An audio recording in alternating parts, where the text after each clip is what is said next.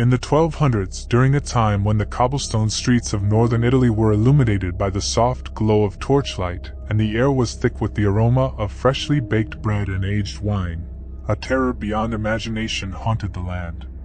The villages nestled within the shadowed valleys and dense forests harbored a secret, a malevolent presence that lurked in the deepest recesses of their collective memory. It was the dreadful legend of the Lupo dell'Ala, the wolf of the wing.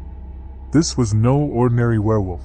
It was a monstrous hybrid of a wolf and a demon, a creature that struck fear into the hearts of even the bravest souls. Its appearance was enough to send shivers down the spine of anyone who dared glimpse its horrific form. The Lupo dell'Ala was the incarnation of nightmare, with fur as black as the darkest midnight, and eyes that burned with a malevolent, crimson fire. But what set this abominable creature apart from any other werewolf was its grotesque pair of wings that sprouted from its back. The wings were vast and tattered, like those of a bat, and their monstrous presence made it an entity even more horrific than the darkest of folklore. The wings allowed the beast to soar through the moonlit skies, and it was said that the villagers could hear the unnerving flapping of these grotesque appendages as the creature approached. The sound was a grim harbinger of doom, an eerie symphony that sent chills down the spines of all who heard it. Yet the Lupo dell'Ala was not just a creature of the night sky. It had the unnerving ability to shed its wings and hit the ground running. When it did, it could move with unparalleled speed, running like a phantom through the woods, and it was said to be faster than any horse or the swiftest rider. It was as if the very earth trembled in fear of its approach. But it was not the creature's speed that struck terror into the hearts of the villagers, nor was it the mere sight of its grotesque wings. What set the Lupo dell'Ala apart from all other horrors was its method of hunting. The beast would wait until the moon hung high in the sky, casting an eerie silver light upon the land.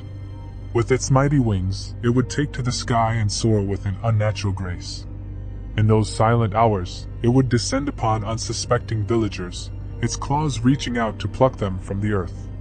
Like a nightmare come to life, it would carry its victims high into the night, its wings blotting out the moon as it soared into the inky void.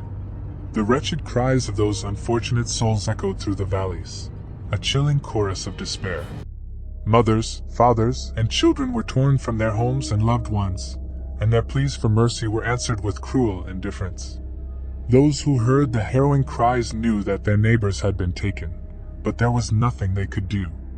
The people of northern Italy lived in perpetual terror, never knowing when the creature might strike next.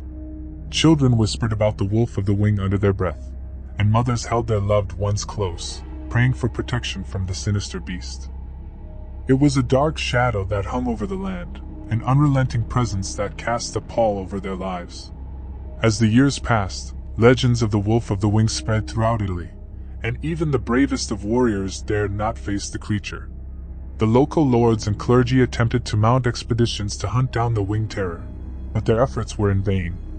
The Lupo dell'Ala eluded capture with ease, vanishing into the night like a wraith. And so, the people of northern Italy continued to live in fear, their lives forever marked by the shadowy presence of the winged werewolf. It remained a haunting, unresolved nightmare that haunted their dreams and kept them in a constant state of dread.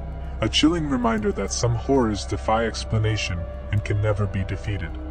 The citizens lived in a perpetual nightmare, for there was no resolution to the terror that lurked in their midst.